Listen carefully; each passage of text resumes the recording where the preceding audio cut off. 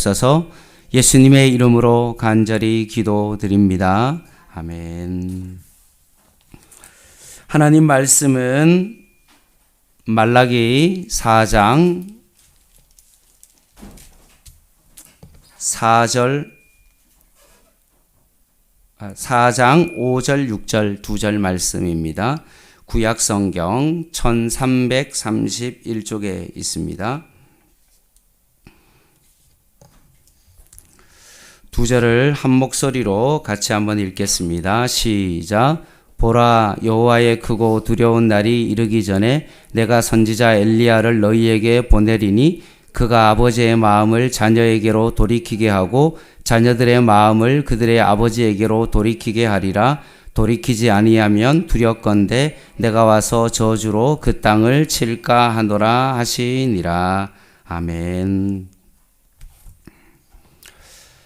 창세기부터 요한계시록까지 하나님의 나라의 관점으로 성경을 봤습니다. 땅과 백성과 주권이라는 세 가지 관점을 가지고 구약과 신약을 전체적으로 한번 관통을 했고, 이제 다시 더 세밀하게 구약의 각 권을 한 권 한 권씩 살피면서 이제 구약의 마무리 부분인 말라기 말씀에 도달하게 되었습니다. 오늘 마지막 말라기서의 제목을 한번 이렇게 정했습니다. 같이 한번 보겠습니다. 읽을게요. 말라기 제목 시작. 하나님 백성의 타락 경고와 회복으로의 촉구. 좀 길지만 말라기의 제목은 타락을 경고하는 내용과 그 다음에 어떻게 하나님께서 회복하게 하실 것을 지금 말씀하고 있습니다. 우리가 말라기서에 대한 시대적 배경을 그래도 조금은 살펴봐야 될 것 같습니다. 구약 성경의 마지막 책이죠.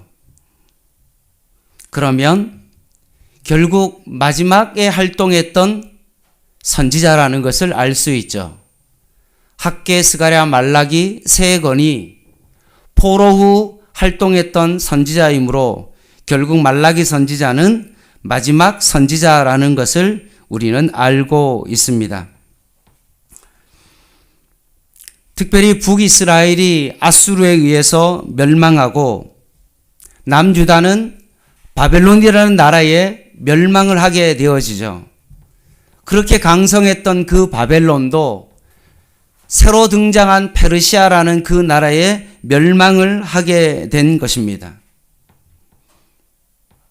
거기에 대한 분명한 하나님의 큰 뜻과 그림이 있었죠. 그래서 고레스 칙령을 통하여서 포로 기한이 일어나게 된 것입니다. 하나님께서 이스라엘의 신앙을 회복하기 위하여 그들을 바벨론 포로에서 결국은 다시 한번 기한을 하게 하시고 1차와 2차 기한을 통하여서 그들이 우리가 지난번에 살펴봤던 것처럼 학개와 스가랴를 살펴봤던 것처럼 이제는 성전 건축을 하게 되어집니다. 그런데 이 성전 건축이 생각보다 지지부진하죠. 2년 만에 어렵게 성전 기초를 마련했는데 결국은 성전 완성이 될 때까지 거의 14년 동안 성전이 거의 정말로 멈춰져 있는 그런 시기가 되어졌던 것입니다. 그래서 성전을 재건하기 시작한 날짜가 BC 516년인데 성전이 완공된 그 시기가 언제냐면 536년이니까 4년 만에 건축할 수 있는 그 성전 건축을 민기적 거리다가 결국 16년이라는 시간을 허비하고 결국 20년 만에 성전 건축을 완공하게 되어집니다. 이런 상황 가운데 학개와 스가랴 말씀이 쓰여졌고요. 주일날 우리가 학개 말씀을 정말로 그것을 우리는 좀 보게 되었습니다. 그래서 성전이 완공되었죠. 그래서 이 성전을 어떤 성전이라고 불렀냐면 스룹바벨 성전이다 라고 말합니다.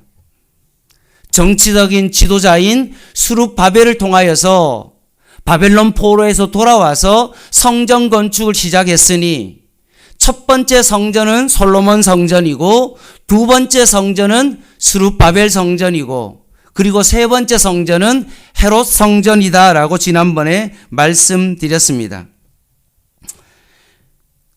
이렇게 솔로몬 성전이 무너지고 스룹바벨 성전이 지어지고 난 다음에 어떤 일이 벌어졌냐 하면 에스라와 느헤미야를 통하여서 예루살렘에 새로운 어떤 영적 회복이 일어나게 되어진 것입니다.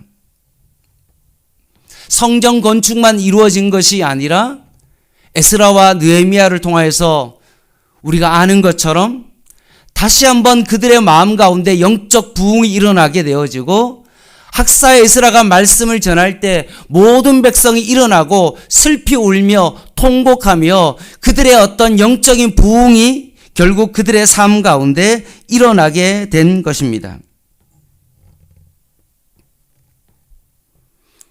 그 시기가 바로 기원전 5세기경에 있었던 그런 일들입니다. 그런데 이렇게 영적 부흥이 일어나고 난 다음에 이제 예수님이 오시기로 한 그 날짜 그 사이에 그 기간이 빈 기간이 언제냐면 한 450년쯤 되어집니다. 그래서 이 말라기의 배경을 지금 말씀드리고 있는데 스룹바벨을 통해서 성전 건축이 이루어지고 지금 간단하게 설명드릴게요. 에스라와 느헤미야를 통하여서 그들이 영적 부흥의 시대를 맞이하고 난 다음에 예수님이 오시기 전 450년이라는 그 기간 동안에 있었던 일을 말라기가 기록하고 있는데 영적 부흥을 하고 난 다음에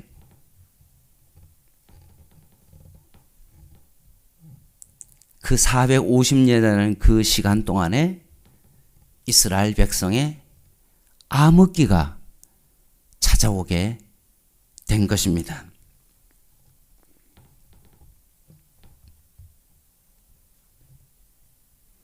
그래서 이 암흑기를 드러내고 있는 성경이 말라기 성경인데 이 말라기 성경을 통하여서 결국은 마태복음으로 연결되어지는데 그 마태복음으로 연결되어지는 이 400년 동안의 이 시기가 영적 암흑기인데 이 암흑기에 일어났던 그 일에 대하여 말라기가 말씀하고 있는 겁니다.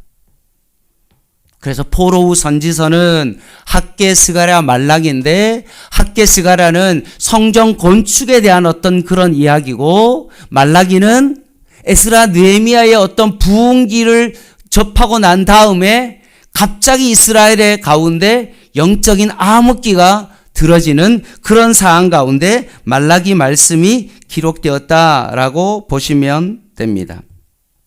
그러면 말라기 말씀을 좀 보기 전에 제가 마지막으로 여러분에게 이 말씀을 좀 드리고 싶습니다. 그건 뭐냐 하면 과연 기독교 신앙은 무엇일까? 라는 겁니다. 어떤 사람은 기독교 신앙에 대해서는 우리가 신앙 고백을 어떻게 하느냐에 따라서 다르다라고 그렇게 설명하시는 분도 있고요. 기독교 신앙은 신앙적 교리를 잘 이해하는 것이다 라고 그렇게 말씀하시는 분도 있고 기독교 신앙은 예수님을 영접하는 것이다 라고 그렇게 설명하시는 분이 있습니다. 다양하게 설명을 할 수 있습니다.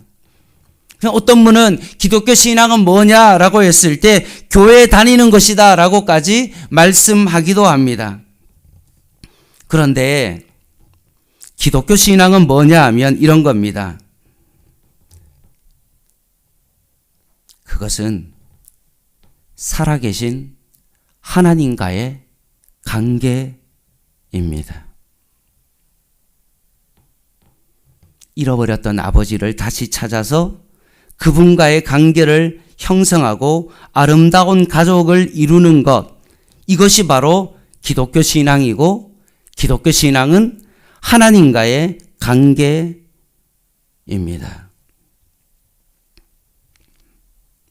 그래서 우리가 하나님과의 관계를 얼마나 잘 맺느냐? 선택된 하나님의 백성으로 하나님의 주권을 실제로 인정하고 하나님을 주인으로 모시는, 하나님을 경외하는 어떤 그 마음을 가지고 살아가는 것이 바로 기독교 신앙입니다. 그래서 하나님을 경외하는 마음으로 살아가는 그 모든 백성에게 하나님께서 엄청난 축복을 주시고 하나님의 나라를 누리는 삶을 살아가는 것, 이것이 바로 기독교 신앙이죠. 하나님과의 관계를 회복하고 하나님을 경외하는 마음을 통하여서 늘 하나님의 말씀 가운데 순종하며 그 말씀 가운데 살아가는 것, 이것이 바로 기독교 신앙입니다. 그런데요, 하나님과의 관계를 맺고 하나님을 경외하는 마음을 가지는 것이 기독교의 신앙인데, 근데 하나님을 경외하는 마음은 어떠합니까? 이게 눈으로 보이지 않잖아요. 정말로 저 사람이 하나님을 경외하는지 아닌지는 알 수가 없는 거잖아요. 그래서 우리가 하나님과의 관계를 맺고 하나님을 경외하는 어떤 그 마음이 외적으로 표현된 것이 무엇입니까? 그게 바로 예배입니다. 그게 하나님을 경외하는 그 마음이 바깥으로 표현되어지는 것이 바로 예배입니다. 그래서 그 하나님을 경외하는 그 마음이 형식화되어져서 그것이 나타나는 것이 바로 예배입니다. 그래서 그 예배를 통해서 그 내용을 배우게 되고 훈련되어지는 것, 그것이 뭡니까? 기독교 신앙이죠. 그래서 우리의 기독교 신앙에 있어서는 균형이 되게 중요하죠. 하나님을 경외하는 어떤 그 마음과 그 마음을 표현하는 어떤 그 예배의 어떤 두 중심축이 우리의 삶 가운데 조화를 이루고 균형을 이루는 것이 참으로 중요합니다.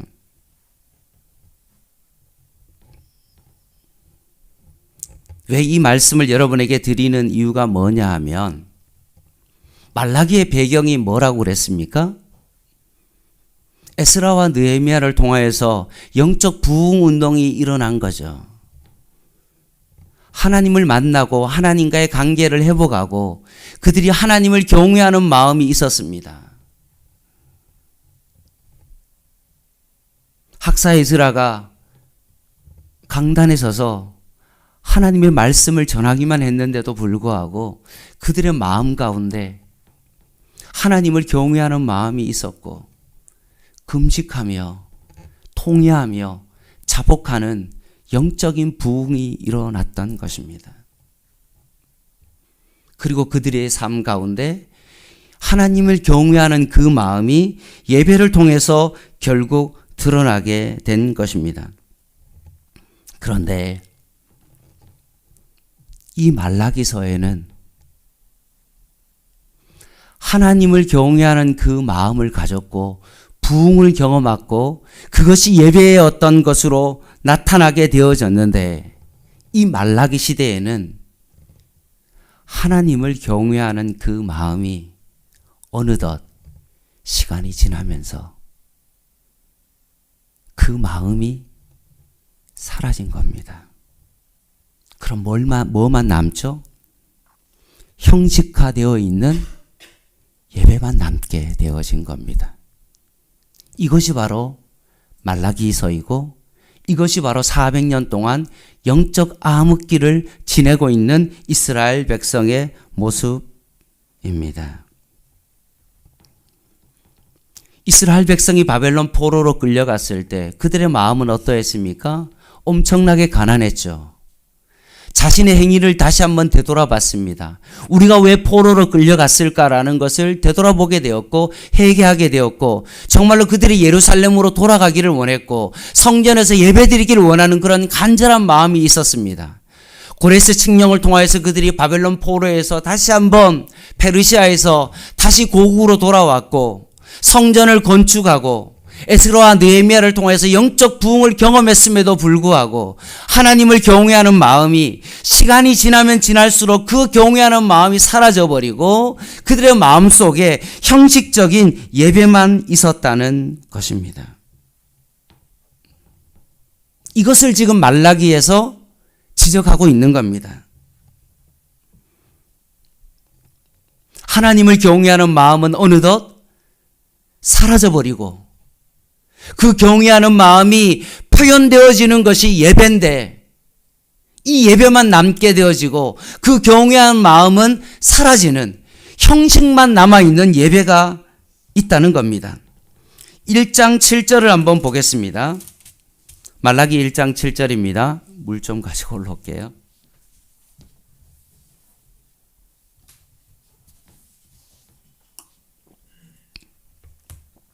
말라기 1장 7절 너희가 더러운 떡을 나의 제단에 드리고도 말하기를 우리가 어떻게 주를 더럽게 하였나이까 하는도다. 이는 너희가 여호와의 식탁은 경멸히 여길 것이라 말하기 때문이라 라고 말씀합니다.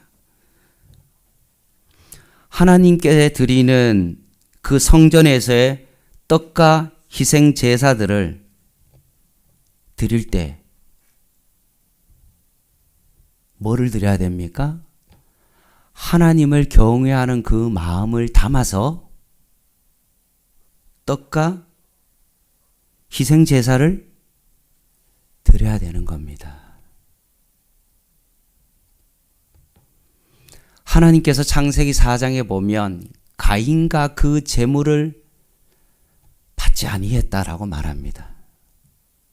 제물만 받지 않은 것이 아니라 가인의 어떤 그 삶과 그 하나님을 경외하는 그 마음이 하나님을 경외하는 마음이 없이 그냥 예물만 드린 거예요. 그래서 그 예물을 받지 않으신 거거든요. 그래서 곡식 제사를 드렸기 때문에 예배를 안 받은 것이 아니고 양의 첫 새끼를 통해서 드렸기 때문에 희생 제사이기 때문에 그 제물을 받았다라기보다는 결국 여호와를 경외하는 마음이 없는 채로 어떻게 한 겁니까? 떡과 희생 제물을 바쳤다는 것입니다. 마음이 사라져버린 하나님을 경외함이 없어진 그 어떤 떡과 희생 제사를 뭐라고 오늘 성경은 표현하고 있냐 하면 이것을 더러운 떡이다 라고 말씀하고 있는 것입니다. 정말 하나님을 경외하는 마음을 가지고 예배 자리에 나오지 아니하고 형식적인 어떤 그런 예배만 드리게 되는 겁니다.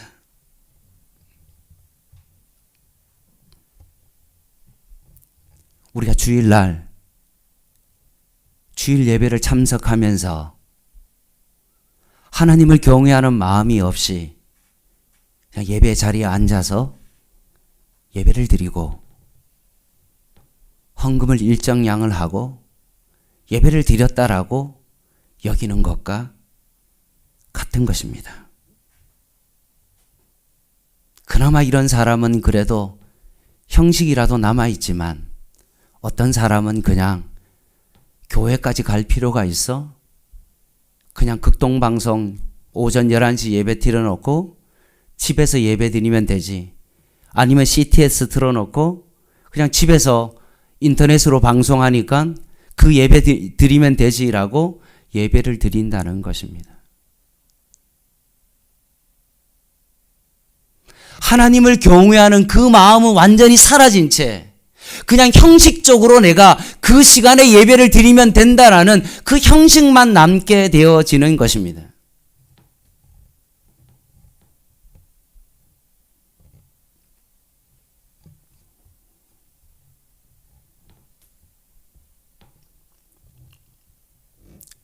극동방송에서 오전 11시에 주일 예배를 합니다. 왜 할까요? 하는 이유가 뭡니까? 정말 장애가 있거나 몸이 불편하거나 도저히 예배에 참석할 수 없는 사람들을 위해서 만든 것이 무엇입니까? 오전 11시 예배죠. CTS에서 오전 11시에 예배가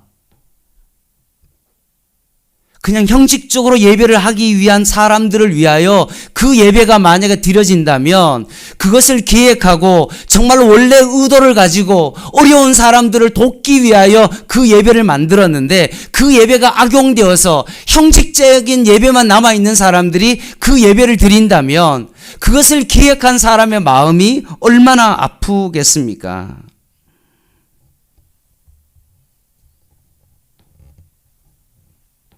그래서 말라기가 지금 이것을 지적하고 있는 겁니다. 하나님의 부흥을 경험하고 하나님을 경외하는 마음이 있었는데 어느덧 시간이 지나고 하나님을 경외하는 마음은 사라져버리고 형식화되어진 예배만 남게 된 것입니다. 형식적인 예배의 삶을 살아가는 그 사람은 어떻게 되어집니까? 말라기에서 이렇게 지적합니다. 반드시 그의 삶은 무너질 수밖에 없다. 형식적으로 예배드리는 사람은 그 삶이 무너질 수밖에 없고 부정한 삶으로 나아갈 수밖에 없다는 것입니다. 2장 10절을 한번 보시기 바랍니다.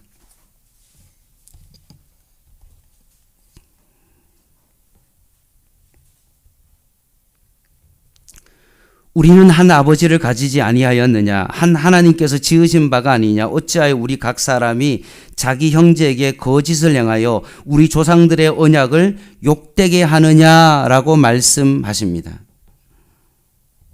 이 말은 무슨 말이냐 하면 형제 자매가 어려움을 당할 때 언약의 백성은 어떻게 해야 됩니까? 그 사람을 당연히 도와줘야 되는데 오히려 어떻게 했죠? 거짓을 말했다는 겁니다.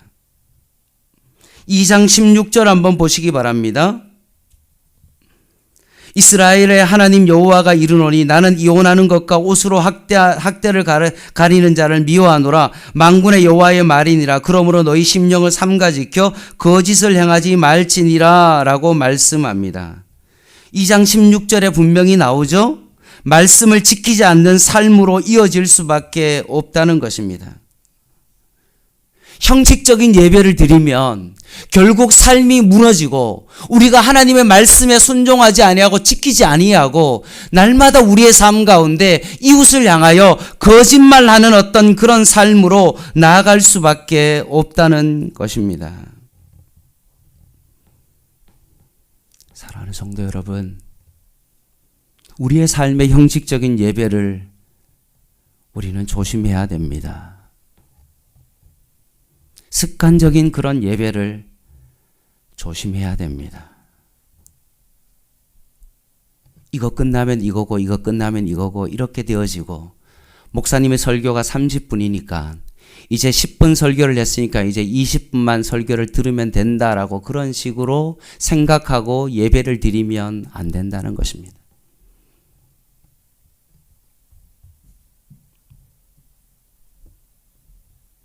어떤 분이 케냐에 설교를 하러 갔습니다. 시간이 됐으니까 이제 예배 전에 찬양을 1시간 하더래요.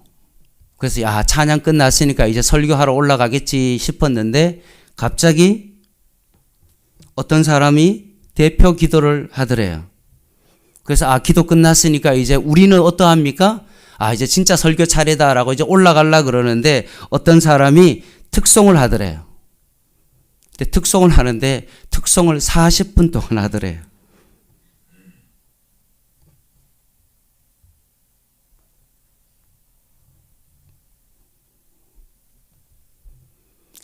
그러면서 그분이 우리는 늘 예배 자체가 참 순서도 정해져 있고 뭔가 형식적으로 예배를 드리는 어떤 그런 예배인데 오히려 다음 순서가 언제 끝날지 뭘 할지 모르는 그런 상황 가운데 있었을 때 오히려 생소하지만 오히려 하나님께서 이런 예배를 받지 않으실까라는 그런 생각을 했다는 것입니다.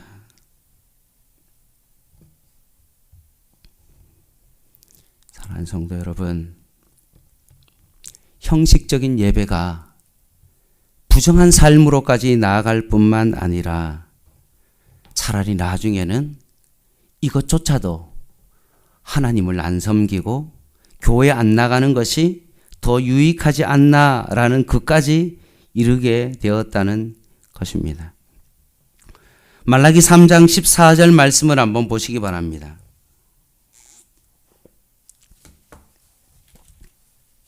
같이 한번 14, 15절 말씀 같이 한번 읽어보겠습니다. 3장 14, 15절 시작. 이는 너희가 말하기를 하나님을 섬기는 것이 헛되니 만군의 여호와 앞에서 그 명령을 지키며 슬프게 행하는 것이 무엇이 유익하리요? 지금 우리는 교만한 자가 복되다 하며 악을 행하는 자가 번성하며 하나님을 시험하는 자가 하를 면한다 하노라 함이라. 아멘. 결국 여기까지 가는 겁니다. 우리 시대의 고백과 많이 너무나 비슷하죠. 처음에는 좀 마음이 사라진 예배를 드렸을 뿐인데 그것이 우리의 삶에서 하나님과 점점 멀어지게 되어지고 말씀과 더 멀어지게 되어지고 나중에는 이렇게 사는 것이 나에게 있어서 아무런 꺼리낌이 없는 그런 상태까지 나아가게 됩니다. 근데 꺼리낌이 없는 정도가 아니라 나중에 되면 어떤 상황까지 가냐 하면 오히려 이게 더 편하다. 이게 어떻게 보면 하나님의 행복이다 라고까지 가는 것입니다. 하나님 없이도 잘 살 수 있다 라고까지 가는 겁니다. 이런 상태에 있는 이스라엘 백성을 향하여 말라기가 경고하고 있는 겁니다. 그리고 후반부에 어떻게 하고 있습니까? 빨리 회복하고 돌아와라 라고 말씀합니다. 내 힘으로 돌아갈 수 있나요? 안 되죠. 3장 1절을 한번 보시기 바랍니다. 3장 1절 같이 한번 읽겠습니다. 시작. 만군의 여호와가 이르노라 보라 내가 네 사자를 보내리니 그가 내 앞에서 길을 준비할 것이요 또 너희가 구하는 바 주가 갑자기 그의 성전에 임하시리니 곧 너희가 사모하는 바 언약의 사자가 임하실 것이라. 아멘. 누구를 이야기하고 있습니까? 내 사자를 보낸다. 그리고 그가 내 앞에서 길을 준비한다 라고 했을 때 길을 준비하는 사람은 누구입니까? 우리가 잘 아는 것처럼 누구입니까? 세례 요한이죠. 사자가 올 것이다. 주님께서 오실 것이다 라고 말씀합니다. 그래서 이 사실을 너무나 마가가 잘 알았기 때문에 이 말라기 3장 1절 말씀을 인용한 이유가 바로 거기에 있는 것입니다. 말라기 선지자가 세례 요한을 예표하고 그래서 선지자가 올 것이라는 말씀을 하게 되어지는데 그 예수 그리스도 주의 사자가 옴으로 말미암아 우리가 하나님께로 돌아올 것이다 라고 돌이킬 것이다 라고 말씀하고 있는 것입니다. 이 400년의 침묵기를 깨고 형식화적인 어떤 그런 예배의 우리의 모습에서 이제는 벗어나서 이제는 예수 그리스도를 통하여서 우리가 회복될 것이다 라고 말씀하고 있는 것입니다. 말씀을 마무리하겠습니다. 말라기를 통해서 우리가 구약의 끝을 봤습니다.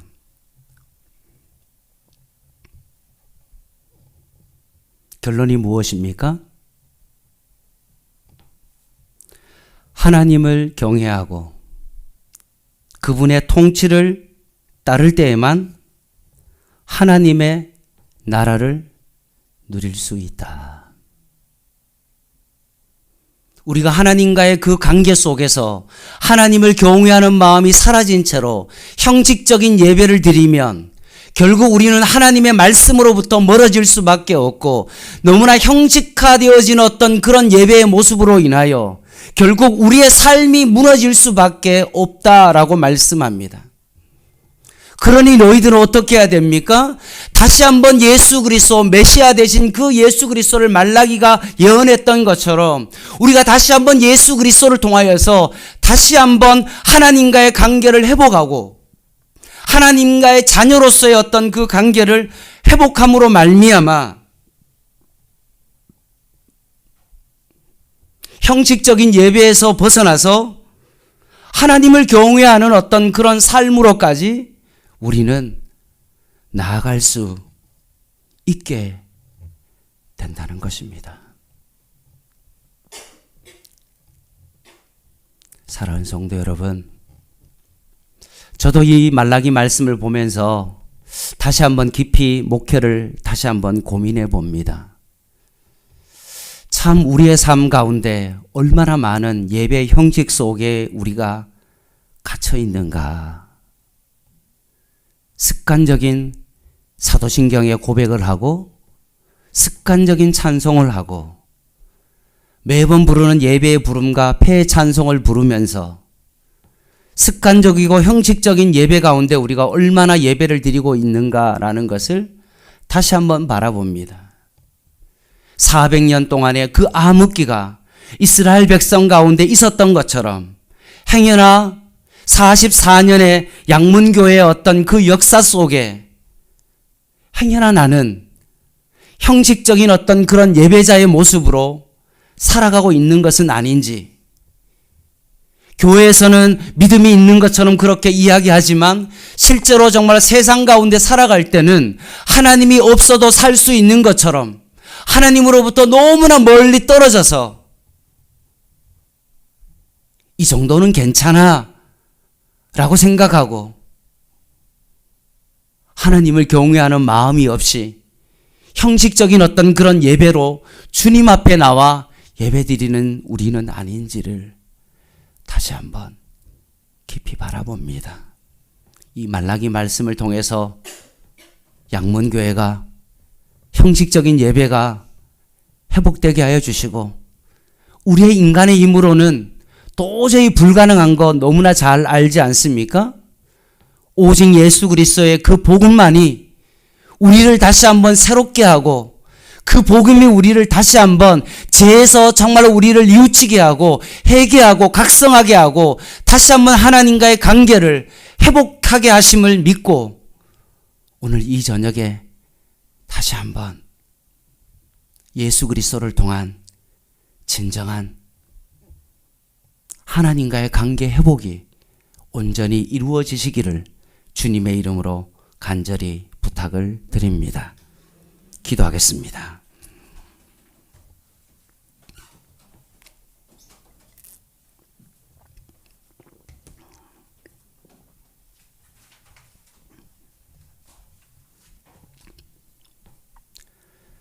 하나님 아버지, 너무나 형식이 난무하고 하나님을 경외하는 마음이 사라졌을 때 메뚜기와 석청을 먹으며 오직 예수 그리스도를 바라보며 강야에 외치는 자로서 주님의 오심을 준비했던 세례 요한처럼 이 세상이 형식화되어지고 하나님을 경외하는 마음이 사라지고 우리가 하나님으로부터 멀리 떨어져 가는 이 세상 속에서도 우리가 세례 요한처럼 말라기가 예수님을 바라보며 그 말씀을 전했던 것처럼 다시 한번 주님의 길을 예비하며 주님을 바라보는 그런 신앙으로 회복되게 하여 주시옵소서. 형식적인 그 예배에서 다시 한번 우리가 벗어나게 하여 주시고 세례 요한처럼 주님의 오심을 바라보며 기다리는 진정한 저희들의 신앙이 되게 하여 주시옵소서. 예수님의 이름으로 간절히 기도드립니다. 아멘.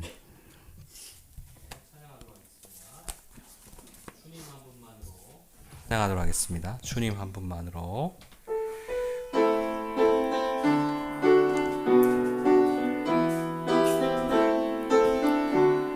주님 한 분만으로. 주님 한 분만으로 나는 만족해. 나의 모든 것 대신 주님 찬양해. 나의 영원한 생명 대신 예수님 목소리 높여 찬양해. 주님의 크신 주님의 크신 사랑 찬양해. 나의 힘과 능력이 되신 주 나의 모든 삶 변화되었네. 크신 주의 사랑 찬양. 다시 한 번 더. 주님 한 분만으로. 주님 한 분만으로 나는 만족해. 나의 모든 것 대신 주님 찬양해. 나의 영원한 생명 대신 예수님 목소리 높여 찬양해. 다시 한 번 더. 주님 한 분만으로. 주님 한 분만으로 나는 만족해. 나의 모든 것 대신 주님 찬양해. 나의 영원한 생명 대신 예수님 목소리 높여 찬양해. 주님의 크신 주님